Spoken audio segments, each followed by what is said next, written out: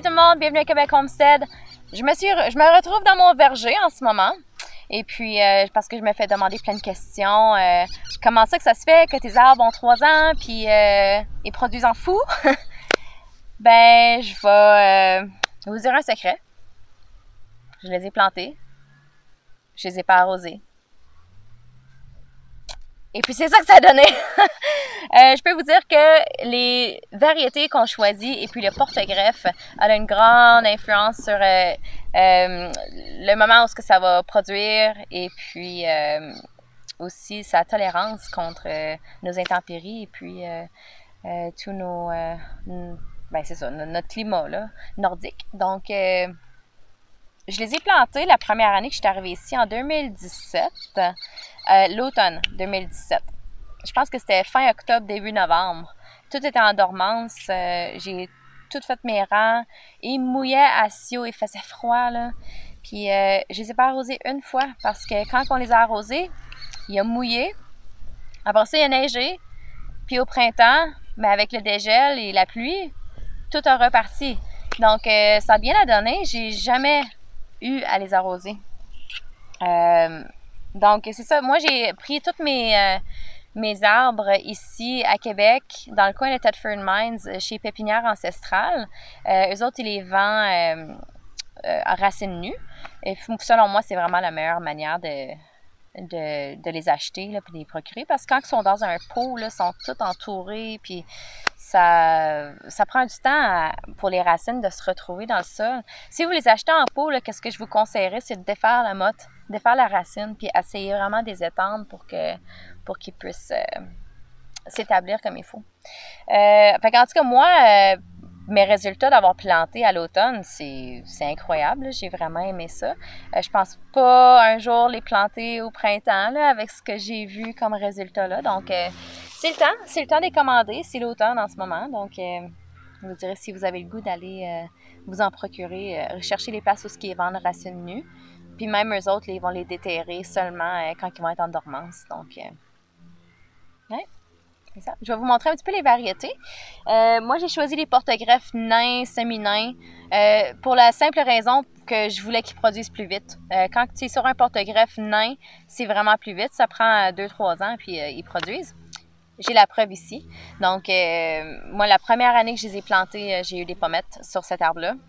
Puis là, j'ai commencé à avoir des fruits dans d'autres arbres pour la première fois cette année que j'avais pas pensé qu'il allait en avoir avant comme 4 ans, là.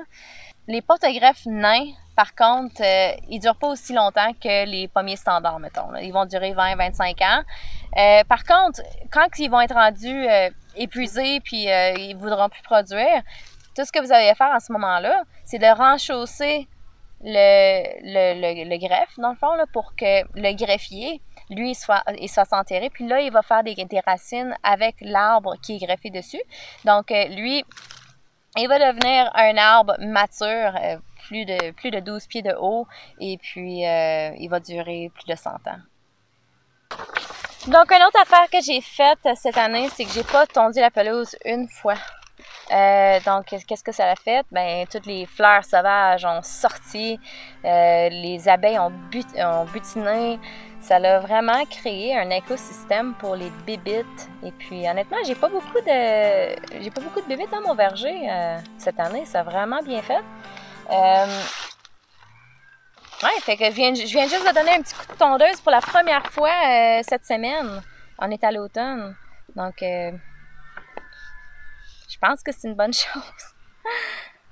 Donc, j'ai une vingtaine de pommiers dans mon verger, ainsi que peut-être une vingtaine de mélangés, là, prunes et puis poires. J'ai des Bartlett, j'ai des prunes Stanley, prunes Juanetta et puis prunes...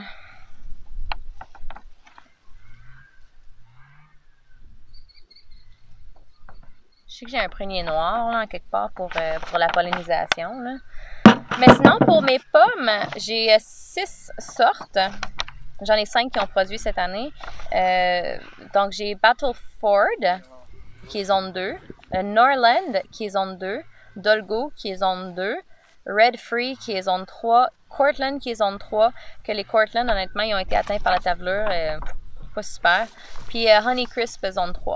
Donc, les Honeycrisp, je pense que c'est les seuls qui n'ont pas produit encore cette année. Je pense que c'est par rapport avec le porte-greffe, justement, que je vous ai mentionné plus tôt. Sinon, c'est ça, mes prunes et mes poiriers, ils ont pas produit. Tous mes cerisiers sont morts. J'avais aussi des prunes cerises, mais tu sais, j'en ai un dans mon jardin qui est super gros. Il est tout seul. Il en faut 2 pour se polliniser, pour produire. Et puis, malheureusement, ceux-là dans mon verger, je pense que j'ai passé dessus en tondeuse. Fait que, identifiez-les bien. Je me suis fait une carte au début quand je les ai plantés. Ok.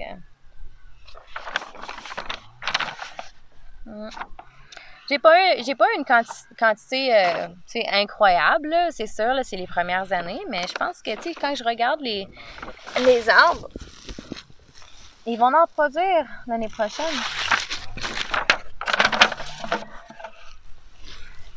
C'est par ici qu'on voit qu'ils vont produire. 3, 4, 5, 6 là-dessus, sur cette branche-là. Ici, on n'en aura pas.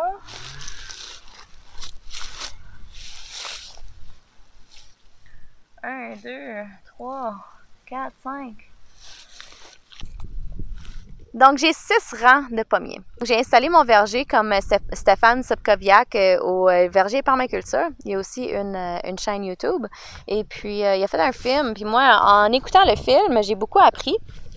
Et puis, donc, j'ai installé vraiment comme des rangées d'épicerie. Le premier rangé, c'est lui qui produit en premier. Puis ça s'en va à fur et à mesure que la saison avance.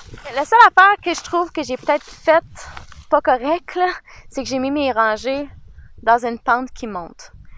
J'aurais dû les mettre dans une pente qui monte pas. Mais, tu sais, c'est des affaires qu'on apprend sur le tas. Donc, quand j'ai planté mes arbres, je les ai plantés parce qu'ici, c'est une montagne rocheuse. Le roche est quand même assez proche du sol. Il y a même des places où je suis venue pour creuser, puis c'est directement le roc. Donc, j'ai pas pu. Darwin! Bon, mon chien est parti. Il a peur un petit peu des fusils, je pense. Darwin! Qu'est-ce que tu fais? Il y avait des places où il y avait juste un pied de terre. Après ça, c'était le roc. Des fois où c'était directement le roc. Donc, j'ai mis du compost de crevettes en dessous. Je me suis assurée que où ce que j'ai planté, il y avait assez, au moins genre 3-4 pieds de terre, là.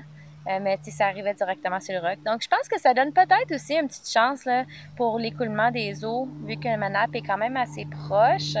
C'était pas imbibé d'eau, mais l'eau, elle coule puis elle descend vers en bas. Donc, en tout cas, j'espère que ça vous aide.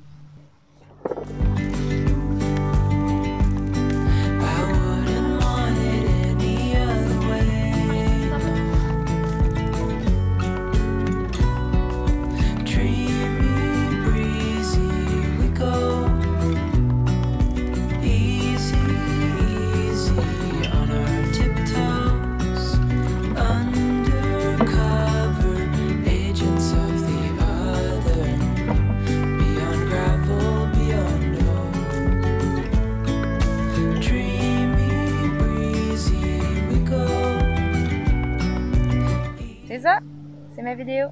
Bon automne, bonne récolte.